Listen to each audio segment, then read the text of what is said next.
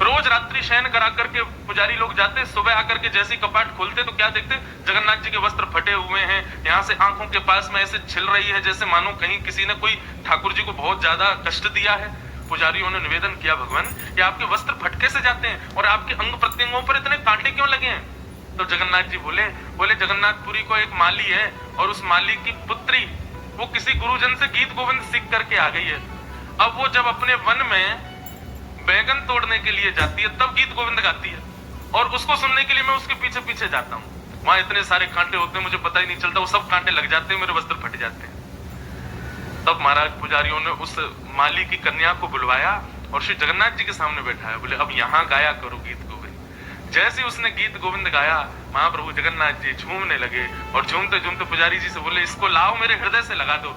जैसे ही ठाकुर जी के हृदय पर उसको जाकर के आच्छादित किया, हृदय से लगते ही उसने अपने प्राण त्याग दिए और ठाकुर जी में विलीन हो गए। ऐसा है गीत गोविंद। श्री नाभा गोस्वामी जी भक्तमाल में वर्णन करते हैं कि एक मुस्लिम व्यक्ति ने पूछा किसी हिंदू से कि तुम्हारे खुदा का दर्शन करना है मुझे, बताओ कैसे होगा। तो उस हिंदू व्यक्ति ने गीत गोविंद दिया, बोले लो इसका पाठ किया करो और नित्य आसन बिछा करके सामने तब पाठ किया करो, हमारे ठाकुर जी आएंगे। तो वो मौलवी थे, संस्कृत आती थी उनको, तो रोज पाठ करते थे गीत गोविंद का। गीत गोविंद में बहुत सारे पद हैं और हर पद अष्टपदी है। दशावतार स्तुति इतनी सुंदर है गीत गोविंद की, उसमें 10 अवतार हैं। और एक तो इतना सुंदर है गीत गोविंद का एक अष्टपदी, मुझे बहुत अच्छा लगता है वृंदावन का। तो गीत गोविंद का वो मौलवी जी रोज पाठ करते थे सामने आसन रख करके। एक दिन उनको कहीं जाना था, बहुत जल्दी में थे, तो बहुत दिनों से नियम बन गया था गीत गोविंद पाठ करने का, आसन रोज रखते ही थे। तो एक दिन कहीं जल्दीबाजी में जा रहे थे तो उन्होंने सोचा घोड़े पर मैं बैठे बैठे गीत गोविंद कर लूंगा। घोड़े पर बैठ गए और बैठ करके पाठ करने, और ठाकुर जी को आसन नहीं दिया। तो जैसे पाठ करते हुए वो गीत गोविंद का पाठ करते हुए घोड़े को चलाने लगे, इतने में उन्होंने क्या देखा, एक सांवला सा नन्हा सा बालक मौलवी की तरफ मुख करके उल्टा दौड़ रहा है और ऊपर भुजा उठा करके दौड़ रहा है। तभी क्या देखा, ललित त्रिभंगी श्याम सुंदर ही दौड़ रहे थे, उल्टे दौड़ रहे थे और गीत गोविंद सुनते हुए चल रहे थे। मौलवी ने अपना घोड़ा रोका, नीचे उतर करके आया, कमल नेत्र ठाकुर जी के, सुंदर दंतावली, घुंघराले केश, श्याम वर्ण, देख करके उसके नेत्र सजल हो गए। बोल भगवान आप जल्दी जरूर हिंदुओं के खुदा है ना। ठाकुर जी मंद मुस्कुरा गए, बोले भगवान आप ऐसे उल्टे क्यों दौड़ रहे हो? बोले आज तेने आसन ही ना धरो हमारे काज, तू अकेले ही बैठ गयो घोड़ा पे, हमारे काज आसन ही ना धरो तो क्या करें? अब गीत गोविंद कोई गावे तो मेरा तो मन करे सुनवे को, या हमारे में उल्टो दौड़ते दौड़ते सुन रहे हो, तू गा रहे हो या हमारे। चाहे कितनी जल्दी कथा हो, लाल जी हमारे उठते 7:30-8 बजे ही, उससे पहले उनको उठा देंगे तो पूरे दिन हमारे कहीं ना कहीं दर्द रहेगा शरीर में। लाल जी कहेंगे दारी कहते हैं मैं उठाए क्यों ऐसे जल्दी, मैं थक गऊं। कल कथा में आए तो और थक गए, आज पूरे दिन सफर है उनका, अब यहाँ से हम घर थोड़ी जाएंगे, सीधे एयरपोर्ट ही भगेंगे। तो सुबह उनको स्नान ध्यान करा करके, स्नान क्या करते हैं हमारे लाल जी, रोज नहाते थोड़े ही हैं। अरे बड़े विचित्र भैया ठाकुर जी, गीलो कपड़ा करो गाल पहुंच दो, हाथ पहुंच दो, बस है गो स्नान। ये जितने नियम है शुद्धि के सबरे हमारे काजे ठाकुर जी का कचूना है। और जगन्नाथ जी की तो पूछो ही मत, श्री जगन्नाथ महाप्रभु जी के सामने तो बड़े बड़े शीशे रखे जाते हैं और सब जगन्नाथ जी उन शीशों में अपने आप को देखते हैं, तो पुजारी जी शीशों में ही पानी डालते हैं, जय हो जगन्नाथ जी नहा लिए, जगन्नाथ जी हाँ भैया आनंद आ गो, जय ऐसी नवाए दो। प्रतिबिंब नहाता है जगन्नाथ जी का, तो साल में एक बार स्नान पूर्णिमा पर स्नान करते हैं और वह स्नान में बीमार पड़ जाए, बुखार आ जाए ठाकुर जी, और महाराज 15-20 दिन के लिए चले जाएं, ठाकुर जी को थर्मोमीटर वगैरह लगा के लोग फोटो वोटो डाल देते हैं, ऐसा तो नहीं है। पर ठाकुर जी, अच्छा इसके पीछे बड़े रहस्य बंधु, जगन्नाथ भगवान साल भर एकादशी नहीं करते, वहां पर रोज दाल भात बनती है, पर ठाकुर जी बड़े चतुर हैं। ये स्नान पूर्णिमा के बाद जितने दिन बीमार रहते हैं उतने दिन केवल औषधि पीते हैं, मतलब ठाकुर जी पूरे साल भर की एकादशी एक संग कर लेते हैं, एक साथ सारी एकादशी निर्वहन कर लेते हैं अपनी, और फिर साल भर खूब दाल भात खाते हैं प्रेम से। बाकी एक भाव ऐसा बंधुओं, जितने भी वैष्णव जाते हैं जगन्नाथ जी के सामने, सब अपने आर्त, अपने दुख, अपनी पीड़ा श्री जगन्नाथ जी को बताते हैं। स्नान पूर्णिमा से लेकर के और रथ यात्रा के 2 दिन पहले तक ठाकुर जी जब बीमार रहते हैं, तो मतलब एक वर्ष में जितने वैष्णवों ने अपने आर्त भाव आकर के ठाकुर जी से निवेदित किए, ठाकुर जी सबके कष्टों को अपने ऊपर ले लेते, सबकी पीड़ाओं को अपने ऊपर धारण कर लेते हैं, इसलिए बीमार होते हैं कि कहीं उसको पीड़ा ना हो। तो इसलिए जगन्नाथपुरी जब कोई व्यक्ति जाता है तो निश्चित है कि उसका दुख जो 100% उसको प्राप्त होने वाला था वो 10% ही मिलेगा, क्योंकि 90% उसका कष्ट श्री जगन्नाथ जी वहन कर लेते हैं, इसलिए वो बीमार पड़ते हैं। बड़े सुंदर सुंदर भाव है। तो भगवान का विवाह श्री रुक्मिणी जी के साथ में हुआ। लोग बाग पूछते हैं श्री किशोरी जी से क्यों नहीं हुआ, श्री राधा रानी से क्यों नहीं हुआ। बंधुओं, श्री राधा रानी से ठाकुर जी का ब्याह हुआ है, लेकिन एक बात मेरे मन में जो खटकती है वो ये कि ब्याह होने के लिए, ब्याह करने के लिए अपने से विलग वस्तु का, व्यक्ति का होना बहुत जरूरी है। किशोरी जी ठाकुर जी से विलग नहीं है, वो ठाकुर जी में ही है। स्वयं श्री कृष्ण ही श्री राधा है, श्री राधा ही श्री कृष्ण है। इसलिए स्वयं से विवाह नहीं हो सकता।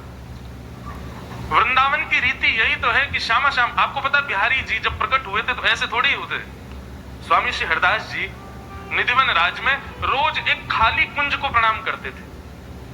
एक दिन उनके शिष्यों ने पूछा, बोले भगवान आप एक खाली कुंज को दंडवत करते हैं, क्या है यहाँ पर। तब उन्होंने विठ्ठल विपुल बिहारिन देव जी को आज्ञा की, बोले आप जाओ, जाकर के प्रणाम करो और थोड़ा भाव रख के फिर देखना, आपको दिखेंगे। तब उन्होंने जाकर के, अभी बिहार पंचमी निकल करके गई, उसी दिन जाकर के प्रणाम किया। और स्वामी जी ने एक और आज्ञा करी थी, बोले जाओ जाकर के प्रणाम करो और जब दर्शन हो ना तो वहां से प्रसाद लेकर के आना। विठ्ठल विपुल बिहारिन देव जी गए, जाकर के उन्होंने प्रणाम किया। प्रणाम करके जैसे देखा तो श्यामा श्याम युगल कुंज में विराजमान है दोनों, एक तरफ किशोरी जी, एक तरफ ठाकुर जी बैठे। और ललिता विशाखा सेवा में बिहारिन देव जी ने भुजा उठा करके पहले तो दर्शन करते रहे बहुत देर तक, फिर कहा कि गुरुदेव ने आज्ञा की है कि प्रसाद लेकर के आना, कुछ प्रसाद दीजिए। तब किशोरी जी ने ठाकुर जी को देखा, ठाकुर जी ने किशोरी जी को देखा, एक दूसरे ने गले में गलवैया डाली और किशोरी जी ठाकुर जी में, ठाकुर जी किशोरी जी में विलीन होकर के एकाकार रूप धारण करके श्री बिहारी जी के रूप में प्रकट हो गए। और ललिता विशाखा सहचरियों ने वही बिहारी जी को जाके बिहारिन देव जी को प्रसाद रूप में दिया। तब हमारे वृंदावन में कौन पधारे? ठाकुर जी और श्री जी विलग नहीं है बंधुओं। विलग हो तो ब्याह करना पड़े ना, वे तो एक ही है। मैं तो कहता हूं भैया वृंदावन आओ, अगर आपने राधा रमण राधा वल्लभ बिहारी जी को केवल कृष्ण रूप में देखा तो आपने दर्शन किया ही नहीं है। ठाकुर जी का बाम अंग श्री जी है, उसमें श्री जी को ढूंढो, श्री जी का दर्शन करो। इसलिए हमारे वृंदावन बिहारी लाल का श्रृंगार देखो तो बाम अंग में कभी कभी चोटी धराई जाती है, बाम अंग में कभी कभी सिर पर जो है सुंदर चूड़ामणि धराई जाती है। हमारे बिहारी जी तो लहंगा ही पहने। बिहारी जी कभी केवल चरण दर्शन होते हैं उस दिन ठाकुर जी पजामा पहनते, नहीं तो रोज लहंगा ही पहनते हैं। श्री जी की प्रसादी ही पहनते हैं ठाकुर जी। क्यों? क्योंकि विलग नहीं। तन श्री कृष्ण है, श्रृंगार श्री राधिका रानी। बहुत बड़ा भेद है भैया रस का, वृंदावन का, इसको समझो। ठाकुर जी का बाम अंग जो है, ये बाम हिस्सा जो है, ये श्री जी है, वो श्री जी के रूप में विराजमान। हितरवंश महाप्रभु कहते हैं, बसो मोरे नैनन में यह जोरी, हित हरिवंश करी न्यो छावर चिर जियो यह जोरी। ठाकुर जी आपने हमको दो आंख क्यों दी? हितरवंश महाप्रभु कहते हैं आपने दो नेत्र क्यों दिए? देखा तो एक आंख से भी जाता है, आपने दो क्यों दिए? बोले एक नेत्र में नव दुल्हे ब्रजराज सांवरो और दूसरे नेत्र में दुल्हन राधा गोरी, ताकि एक नेत्र में श्याम सुंदर बैठे और दूसरे नेत्र में श्री जी बैठे, इसलिए आपने हमको दो नेत्र प्रदान किए। तो कभी भी वृंदावन में ठाकुर जी का जब दर्शन करो, बाम अंग में श्री जी विराज रही हैं, यही भाव से दर्शन करो। और इसी रस को जानने, समझने और पहचानने के लिए इतने रसिक जन वृंदावन में पड़े हैं। हम आप 2-4 मिनट में कैसे समझ जाएंगे इस रस को? पूरा जीवन न्योछावर करो तब भी ये रस समझ में नहीं आएगा।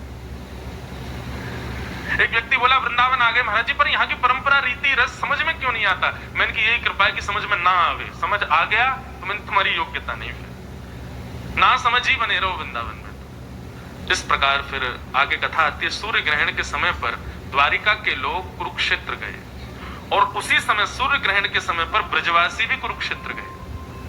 और वर्षों बाद ब्रज से आने के बाद आज ठाकुर जी ब्रजवासियों से मिले। बहुत सुंदर कथा है बंधु, विस्तार में गया तो बहुत समय लगेगा, लेकिन इतनी सुंदर लीलाएं हैं वहां पर। ठाकुर जी यशोदा मैया से मिले। यशोदा मैया को अब दिखता नहीं, कम दिखता है। ठाकुर जी ने हृदय से लगाया, अपनी सब पटरानियों से मिलवाया, अपने बाल बच्चों से मिलवाया और फिर मिलवा करके ठाकुर जी ने सबसे कहा सब लोग जाओ, मैं मैया के पास अकेला रहूंगा अब। और सब चले गए। यशोदा मैया के सिर में गोद में सर रख करके ठाकुर जी पौड़ गए और ठाकुर जी ने एक प्रश्न किया। ये कथा भागवत की नहीं है, एक वैष्णव ने मुझको सुनाई थी, परंतु ये सत्य कथा है। ठाकुर जी यशोदा मैया से पूछते, मैया एक प्रश्न करूं तो ते? मैया बोली कर लाला। बोले मैया मैं जब ब्रज में गैया चरावे जातो और काऊ काऊ दिना यदि आवे में मुंह को विलंब है जातो तो मेरी मैया ऐसे छटपटा जाती जैसे जल बिन मछली, और सबन को जाके पूछती अभी तक लाला ना आयो, अभी तक लाला ना आयो, इतना समय है गयो। अच्छा, प्राचीन काल में लोग समय कैसे देखते थे? धूप से, धूप की छाया नाप लेते थे, यहां पर छाया आ रही है तो इसका मतलब ये लाला को गौचारण से आवे को समय है। और छाया आगे बढ़ गई तो यशोदा मैया तो व्याकुल हो जाती, अभी तक लाला ना आयो, कहावे हो? मैया मेरे नेक विलंब है वे पर तू इतनी विचलित है जाती, मैंने तो ये सोची कि जब मैं मथुरा जाऊंगा तो मेरे मथुरा जाती यशोदा मैया तो प्राण त्याग देगी मेरे विरह। लेकिन मैया भगवान करे तू सदा जीवे, लेकिन इतने वर्ष है गए मुझको व्रत छोड़े भय, और इतने वर्ष है गए तो को मोह देखे भय, मुझको एक बात बता दे, तेरे प्राण अभी तक रुके कैसे? मैया कहीं तने दूसरो लाला तो ना कर लियो कोई, कहीं तो कोई दूसरो लाला तो ना मिल गो वही के संग रहती हो तो को मेरी याद ना आवे? मुझको तो तेरो प्रेम ऐसा लगता मैया कि तू मेरे बगैर जी ना पावेगी। यशोदा मैया के नेत्र सजल हो गए। लाला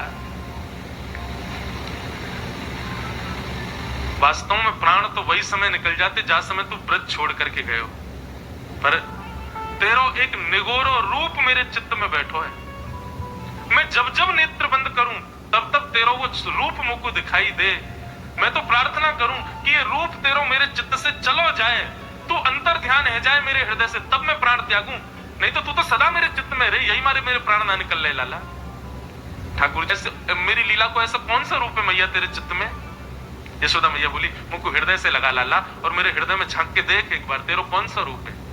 ठाकुर जी ने मैया को जैसे हृदय से लगाया, और हृदय से लगा करके नेत्र बंद करके मैया के हृदय में जब ठाकुर जी ने देखा तो एक भुजा पर गिरिराज जी धारण है, दूसरी भुजा कमर पर रखी है।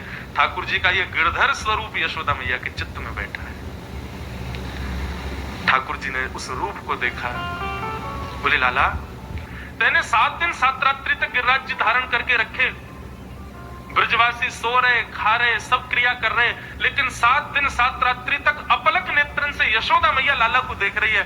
कहीं मेरो लाला भगवान तो ना है, कहीं मेरो लाला ईश्वर तो ना है? और फिर अपने आप को समझावे ना ना यशोदा तेरो लाला तो तेरो लाला है, कोई ईश्वर ईश्वर ना है। ये बार बार अपने मन को समझाती है, ये कोई भगवान ना है, ये तो तेरो लाला है। लाला 7 दिनों तक मुझको यही चिंता लगी रही कि कहीं मेरो लाला ईश्वर तो नहीं है। मैं बार बार देवतान को पूजूं, बार बार इष्टन को पूजूं कि हे भगवान कृपा करियो मेरो लाला भगवान नहीं हो कहीं। 7 दिन 7 रात्रि तक अनवरत तेरे वह रूप को देखने के कारण अब जब जब मैं नेत्र बंद करूं तब तब तेरी वही छवि मुझको दिखाई दे। लाला वही छवि के कारण मेरे प्राण रुके। ठाकुर जी ने यशोदा जी के उस चित्त के स्वरूप को अपने चित्त में धारण कर लिया, और जब कलयुग प्रारंभ हुआ, लोग जब गोवर्धन पर्वत की महिमा भूल गए, गिरिराज जी पर चढ़ने लगे, गिरिराज जी पर ही दूषित क्रियाएं करने लगे, तब ठाकुर जी ने विचार किया गिरिराज जी की महिमा बढ़ानी पड़ेगी। हम तो अभी पृथ्वी पर नहीं जा सकते, लेकिन क्या करें? तब ठाकुर जी ने यशोदा जी के चित्त में जो ठाकुर जी का स्वरूप था उसी को गिरिराज जी से प्रकट कर दिया। वही है श्रीनाथ जी महाराज। बोलो श्रीनाथ जी महाराज की। वही है हमारे गिरधर लाल। इसलिए श्रीनाथ जी गिरधर लाल जी की सेवा करने वाले को यशोदा जी के भाव से ही सेवा करनी पड़ती है, तभी ठाकुर जी सेवा स्वीकार करते हैं, नहीं तो नहीं करते। ठाकुर जी मिले, कहते हैं कि किशोरी जी भी कुरुक्षेत्र गई थी, तो कृष्ण पटरानिया किशोरी जी को देखने गई, और इस भाव से देखने गई हम त्रिभुवन सुंदर की पत्नी हैं, देखें तो सही है राधा रानी कितनी सुंदर है। और रुक्मणी आदि पटरानिया किशोरी जी से मिलने के लिए जैसे ही उनके शिविर में प्रवेश करती हैं, एक परम सुंदरी रूप को देख करके, मृग नैनी नेत्र हैं, घुंघराले केश हैं, अद्भुत छटा, चंद्रमा भी फीका लगे जिसके सामने, रूप देख करके रुक्मणी आदि को तो अपने रूप पर लज्जा आने लगी। बोले हम अपने आप को सुंदर कहती हैं? इसे कहते हैं सुंदरता। प्रणाम किया, हे किशोरी जी हम आपको प्रणाम करते हैं। तुरंत उस कन्या ने रुक्मणी जी को उठाया, कहा मैं तो किशोरी जी की दासी हूं, किशोरी जी तो भीतर बैठी है। रुक्मणी आदि पटरानियां एक दूसरे का मुख देखने लगी, बोले हम दासी के सामने तुच्छ लग रही हैं, तो श्री जी के सामने हमारा क्या होगा? और भीतर गई तो बाहर जो मिली उससे भी अति सुंदर। निश्चित हो गया ये तो श्री जी होंगी, चरणों में प्रणाम किया। उसने मना कि नहीं नहीं नहीं मैं तो दासी हूं, श्री जी तो भीतर विराज रही हैं। बंधुओं गई तो थी 8 पटरानियां भगवान से मिलने, लेकिन श्री जी तक एक ही पहुंच पाई। क्यों? बाकी कहां गई? बोले बाकी तो बाहर की सुंदरता देख के ही मूर्छित हो गई। और जैसे ही रुक्मणी जी ने प्रवेश किया मुख्य द्वार में, असंख्य सुंदरियों के मध्य में तप्त कांचन गौरांगी, आहा, ऐसा अद्भुत स्वरूप, उसका वर्णन नहीं किया जा सकता। रूप देख करके रुक्मणी जी जैसे ठाकुर जी को प्रथम बार देख के मूर्छित हो गई थी, वैसे ही किशोरी जी को देख करके मूर्छित हो गई। नेत्रों में सामर्थ्य नहीं है रुक्मणी जी के कि हम श्री जी को देख पाए।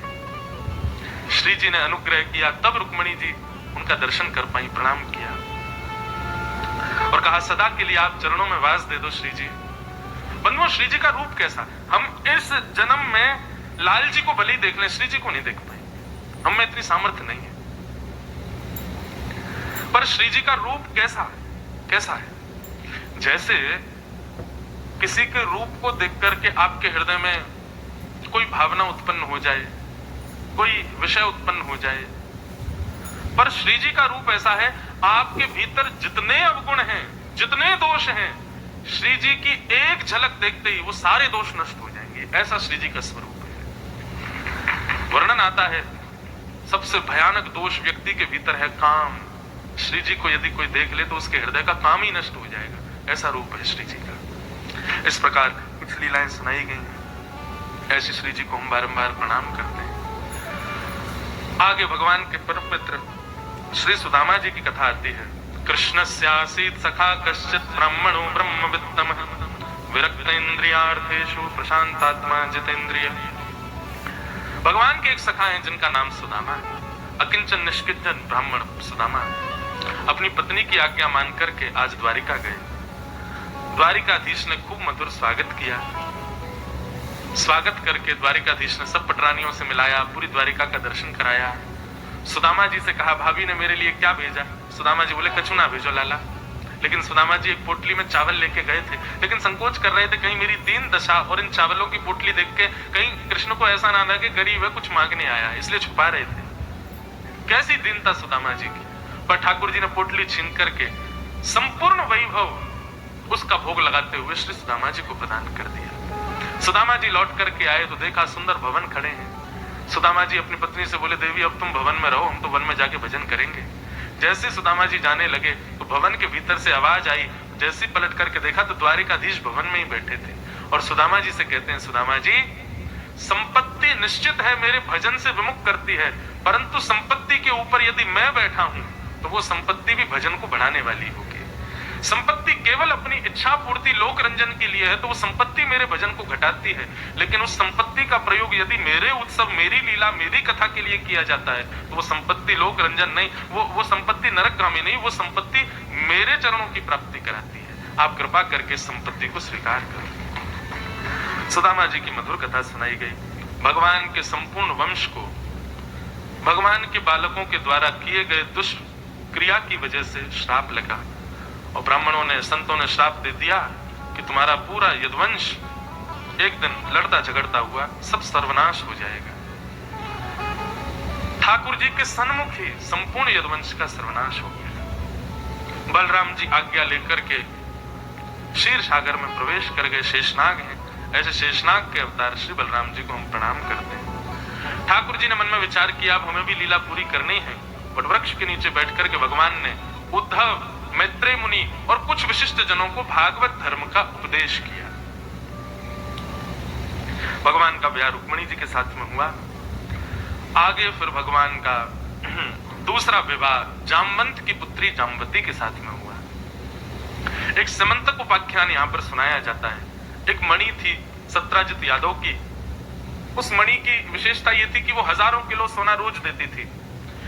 ठाकुर जी ने मन में विचार किया, इतना किलो सोना रोज देती है, अकेला व्यक्ति इतने धन का क्या करेगा? तो भगवान ने जाकर के सत्राजित से कहा, एक काम करो, अपनी मणि द्वारिका के कार्यालय में जमा करा दो और हमको बता दो तुमको कितना धन चाहिए, रोज उतना सोना हम तुमको दे देंगे, बाकी के से हम द्वारिका का कल्याण कर लेंगे। लेकिन सत्राजित ने मना कर दिया, नहीं मेरी मणि है, मैं अपने पास ही रखूंगा। भगवान बोले जैसी इच्छा।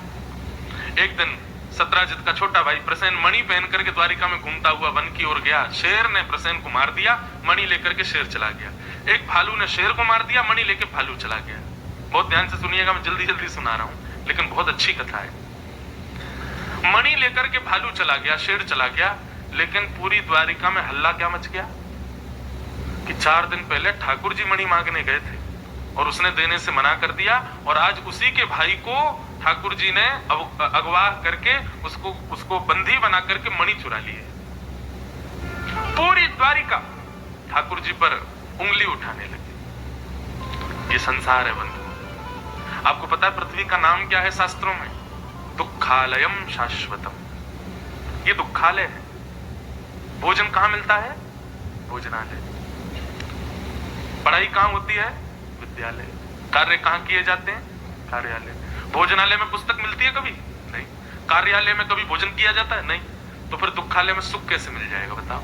ये दुखालय है, ये सुखालय नहीं है, ये दुखालय है। जैसे लाइब्रेरी में चुप करके कोई खाने की वस्तु ले जाए, ऐसे ही इस दुखालय में चुप चुप करके कभी कभी सुख आ जाता है। नहीं तो निरंतर रहने वाला तो दुख ही है। दुख कभी कम नहीं हो सकता, क्योंकि आप जिस आलय में हो वो दुख का आलय है। आलय कहते हैं घर, और दुख के घर में आप सुख से संबंध बनाना चाहते हो, कभी नहीं हो सकता। होगा कैसा होगा? जैसे अभी ठंडी है, इतने में कोई हीटर चला दे, ब्लोअर चला दे, तो अचानक से एक थोड़ी गर्मी सी हवा थोड़ी स्पर्श करके चली जाए, या जेठ के महीने में भयंकर गर्मी में थोड़ी ठंडी प्यार छू करके चली जाए। ठीक वैसे ही संसार में दुख निरंतर है, सुख तो कभी कभी छूता है। पर जो राधा माधव के उपासक हो जाते हैं, वृंदावन रस बीथियों में जो पड़ जाते हैं, वे जब इस दुखालय में रस बीथियों में विचरण करते हैं वृंदावन की, तो उनको सुख नहीं लगता, उनको दुख नहीं लगता, वे तो आनंद में विचरण करते हैं, वे आनंद में आ जाते हैं। उनको सुख दुख से कोई पीड़ा नहीं होती। आनंदाम बुद्धिवर्धनम प्रतिपदम। ठाकुर जी के सानिध्य से सुख नहीं बढ़ता बंधु, आनंद बढ़ता है। आनंद और सुख में अंतर क्या है? आप कहोगे तो पर्यायवाची है। नहीं, पर्यायवाची नहीं। सुख में और आनंद में अंतर है। सुख किसे कहते हैं? जिसका अति सेवन करने से मिलने वाला सुख कम होता है, उसको सुख कहते हैं। जैसे रसगुल्ला आपको सुख देता है, एक खाओगे अच्छा लगेगा, दूसरा खाओगे अच्छा लगेगा, तीसरा खाओगे कम अच्छा लगेगा, चौथा खाओगे और कम अच्छा लगेगा, पांचवा खाओगे तो और कम बढ़िया, छठवा कोई लेकर के भागे तो आप भाग जाओगे, भैया अब नहीं खाना, जब तुमको तो रसगुल्ला बहुत अच्छा लगता है खाओ ना। नहीं भाई हमारा बस अब मन नहीं है। और छठवा भी यदि खा लिया तो सातवां तो देखने का भी मन नहीं करेगा। इसको कहते हैं सुख। जहां पर भोग भोगते भोगते भोगते भोगते भोगते उस भोग से मिलने वाला सुख कम हो जाता है, और एक स्थिति आने पर तो वही सुख पीड़ा देने लग जाता है। इसको कहते हैं सुख। पर आनंद क्या है? बोले कितना भी उपभोग कर लो, लेकिन फिर भी उससे मिलने वाला जो प्रसन्नता है, जो सुख है, वो कभी कम ना हो, उसको आनंद कहते हैं। और वो आनंद केवल और केवल श्री वृंदावन बिहारी लाल, श्री राधा वल्लभ लाल, श्री राधा रमण लाल ठाकुर जी और श्री जी से संबंधी वस्तुओं में ही मिल सकता है। संसार में कहीं नहीं मिल सकता और कहीं नहीं मिलेगा। परिणाम, आपको कोई एक्टर बढ़िया लगता है, उसकी पिक्चर एक बार देख लोगे, 2-4 दिन बाद फिर देख लोगे, लेकिन एक ही दिन में 2 बार नहीं देख पाओ। लेकिन कल आप लोगों ने क्या किया? सुबह भी 4 घंटे कथा सुनी, फिर शाम को भी 4 घंटे कथा सुनी, सुबह 8 बजे फिर बैठ गए यहाँ पे। क्यों? क्योंकि ये सुख नहीं दे रही है, ये आनंद दे रही है, ये आनंद बढ़ा रही है। बंधुओं, ये भक्तों के द्वारा रचित जितने भी भाव है ना, इनको आप कैसी भी अवस्था में कर सकते हो, उसमें कोई दिक्कत नहीं है। आप इसका पाठ करो, नित्य पाठ करो। और एक बात याद रखिएगा, ये 365 दिन का जो आज से आप संकल्प लेने वाले हो ना कि हम रोज करेंगे गीत गोविंद का पाठ, इसमें जो विक्षेप आएगा, निश्चित है कि एक आध दिन तो छूटेगा। वो विक्षेप ठाकुर जी ही भेजेंगे, क्योंकि ठाकुर जी ऐसे ही आनंद करते हैं कि ऐसा कुछ करूं कि जी कर ही नहीं पावे। लेकिन आप भी दृढ़ संकल्प कर लेना, बोले ठाकुर जी चाहे आपकी जितनी जोर हो लगा लो, हम तो रोज पाठ करेंगे, हम एक दिन भी बेनागा नहीं करेंगे। आप निश्चित मानिए बंधु, वृंदावन धाम में बैठ करके हम आपको अपनी जिम्मेवारी पर कहते हैं, ठाकुर जी निश्चित आपको दर्शन देंगे। 1 वर्ष 2 वर्ष की बात नहीं, इसी वर्ष में ही हो जाएंगे। हम तो पहले से ही संकल्प करके बैठे, भैया 2024 कहां तक वेट करते रहे? 25 आ जाएगी, फिर 26 आ जाएगी, 30 आ जाएगी, बूढ़े बड़े आ जाएंगे हम लोग। यहाँ तो कई बूढ़े बड़े बैठे हैं बेचारे, 2030-35 तक तो वो कट लेंगे। लेकिन हम लोगों को युवावस्था में भक्ति मिल गई है, तो ये लंबी आंकड़े नहीं जाने चाहिए। दृढ़ संकल्प कर लो बंधु, हर 1 जनवरी को, इस वर्ष तो ठाकुर जी को आना ही पड़ेगा हमारे पास। ऐसी दृढ़ता अपने चित्त में लिया। अरे मोटिवेशन लाते हैं लोग, इस साल हम ये करेंगे, इस साल हम जिम जाया करेंगे, इस साल हम ये खाया करेंगे, इस साल माता पिता के सम्मान को सेवा करेंगे, ये करेंगे। अरे आज संकल्प लो कि इस वर्ष ठाकुर जी का प्रत्यक्ष साक्षात्कार करेंगे। ठाकुर जी नहीं मिलेंगे, चलो इतनी योग्यता नहीं, सीधे ठाकुर जी मिले तो ठाकुर जी की सहचरी विशाखा जी दिख जाए, श्री ललिता जी दिख जाए, सूरदास जी दिख जाए, मीराबाई दिख जाए, कोई वैष्णव का ही दर्शन हो जाए, फिर धीरे धीरे ऊपर बढ़ेंगे तो कोई आचार्य का दर्शन हो जाए, आचार्य के बाद कभी तो ठाकुर जी, वैष्णव एक वैष्णव का दर्शन हो गया तो निश्चित है ठाकुर जी दर्शन देंगे। बस प्रतीक्षा करो। तो दृढ़ संकल्पित हो जाओ बंधुओं इस वर्ष में। ठाकुर जी, राधारमन जी, आप चाहे जितना जोर लगा लो, या वर्ष तो हम मिलके रहेंगे, आपको मिलना ही पड़ेगा। ऐसी स्थिति जाऊं उसको आनंद कहते हैं। भगवान पर सब लोगों ने उंगली उठाई। ठाकुर जी ने जाकर के मणि खोजी, जामवंत जी से जाकर के युद्ध करके मणि ली। जामवंत जी ने अपनी पुत्री जामवती का ब्याह भगवान के साथ कर दिया। भगवान ने आकर के मणि सबके सामने दिखा दी। तब मणि देख करके द्वारिका के लोगों ने सत्राजित को गाली देनी शुरू कर दी, तुमने हमारे भगवान पर लांछन कैसे लगाया? तो सत्राजित ने उस लांछन से बचने के लिए अपनी बेटी सत्यभामा का ब्याह भी भगवान से कर दिया। 3 ब्याह हो गए। एक दिन अर्जुन के साथ भगवान घूम रहे थे, तभी देखा कि सुंदर नदी के तट पर एक श्याम वर्ण की परम सुंदरी एक कन्या बैठी है। अर्जुन का मन आ गया उसको देखते ही। अर्जुन बोला, ठाकुर जी मैं आपके पांव परूं, कैसे भी करके इस सांवरी से मेरा ब्याह करा दो। ठाकुर जी बोले, तुम जाओ, जाकर के अपना परिचय दो, उसका परिचय लो, पूछ लो, और ब्याह कराने की जिम्मेवारी हमारी।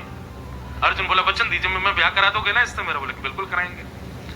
जैसे ही अर्जुन गया, अर्जुन ने जाकर के अपना परिचय दिया। हे श्याम वर्णा, आप कौन हो और यहां आप तपस्या कर रही हो? किसकी प्राप्ति के लिए तपस्या कर रही हो? बिल्कुल कमल जैसे नेत्र, मानो जैसे ऐसा लग रहा था द्वारिकाधीश का ही एक कन्या रूप है, इतनी सुंदर, बिल्कुल ठाकुर जी जैसी। अर्जुन की ओर दृष्टिपात करते हुए कहा, अर्जुन तो घबरा गया, आपको मेरा नाम कैसे पता? बोले मुझे सब पता है। बोले आप कौन हो? बोले मैं कालिंदी यमुना, और मैं यहां इस तट पर विराजमान होकर के द्वारिकाधीश से विवाह करने के लिए तपस्या कर रही हूं। अर्जुन का तो मुंह उतर गया, ठाकुर जी को देखने लगा। बोले सबको आपसे ब्याह करना है? आप तो मुझसे वचन दे रहे थे कि मेरा ब्याह कराओगे। ठाकुर जी बोले, भैया ये हमारी नित्य पत्नी है, आज ही ब्याह नहीं हो रहा, ये नित्य है हमारी। कालिंदी श्री यमुना जी ठाकुर जी की नित्य पत्नी। और अर्जुन के संरक्षण में भगवान का कालिंदी यमुना के साथ में विवाह हुआ। श्याम सुंदर श्री यमुने महारानी की। इस प्रकार भगवान के 8 प्रमुख ब्याह हुए। बंधुओं, ये 8 पत्नियां कौन है भगवान की? ये नाम रूप में अलग हो सकती हैं, परंतु तत्व रूप में कौन है? जैसे तत्व भगवान का क्या है? चैतन्य। ठाकुर जी चित्त हैं, तो इसी प्रकार से ये 8 पटरानियां कौन है? पृथ्वी, जल, अग्नि, वायु, आकाश, ये 5 तत्व बाहर हैं हम मानवों के, और 4 तत्व हम मानवों के भीतर हैं, मन, बुद्धि, चित्त और अहंकार। ये 9 हमारा संचालन करते हैं। हमारा शरीर इन 9 के ही समन्वय से बनता है। पृथ्वी, जल, अग्नि, वायु, आकाश, मन, बुद्धि, चित्त और अहंकार। इन 9 के बिना हमारा शरीर बन ही नहीं सकता। जिसमें से चित्त तत्व जो है वो ठाकुर जी हैं, हमारी आत्मा चैतन्य। तो चित्त को अलग कर दो, कितने बचे? 8। ये 8 ही भगवान की पटरानियां हैं। पृथ्वी, जल, अग्नि, वायु, आकाश, मन, बुद्धि और अहंकार। यहां पर अहंकार का मतलब प्राउड नहीं है, यहां पर अहंकार का मतलब सेल्फ कॉन्शियसनेस है। ये 8 भगवान की पटरानियां हैं। ठाकुर जी ने किसी स्त्री से ब्याह नहीं, अपनी बनाई हुई प्रकृति को स्त्री रूप देकर के उससे ब्याह किया। भगवान ने सबसे ब्याह किया। तो उसके बाद भौमासुर नाम का एक दैत्य था, उसके यहाँ 16,100 राजकुमारियां बंदी थी। उसका संकल्प था 20,000 जब हो जाएंगी तो हठ पूर्वक इनसे ब्याह करूंगा। उन्होंने ठाकुर जी का स्मरण किया। भौमासुर जो था ये भूमि का बेटा है, इसको भी भगवान के द्वारा मारे जाने का श्राप था। भूमि भगवान की पत्नी है। भूमि ने आकर के भगवान से कहा कि मेरे पुत्र को कभी मत मारना। भगवान बोले जब तक तुम नहीं कहोगे तब तक नहीं मारेंगे। तो भगवान की जो सत्यभामा पत्नी है वो भूमि के रूप में ही आई है, भूमि ही सत्यभामा बनकर के आई। आज भगवान जब युद्ध करने के लिए गए तो सत्यभामा बोली मैं भी चलूं आपके साथ। भगवान बोले चलो। भगवान ने भौमासुर से युद्ध किया तो सत्यभामा रथ में बैठी बैठी चिल्ला करके बोलती है ठाकुर जी आप इस दुष्ट को मार दीजिए। भगवान बोले बस तुम्हारी आज्ञा की प्रतीक्षा कर रहे थे और भगवान ने भौमासुर का वध कर दिया। 16,100 राजकुमारियों को ठाकुर जी ने जाकर के मुक्त किया। सबने ठाकुर जी से प्रार्थना की हमको अब कोई स्वीकार नहीं करेगा, हमसे कोई विवाह।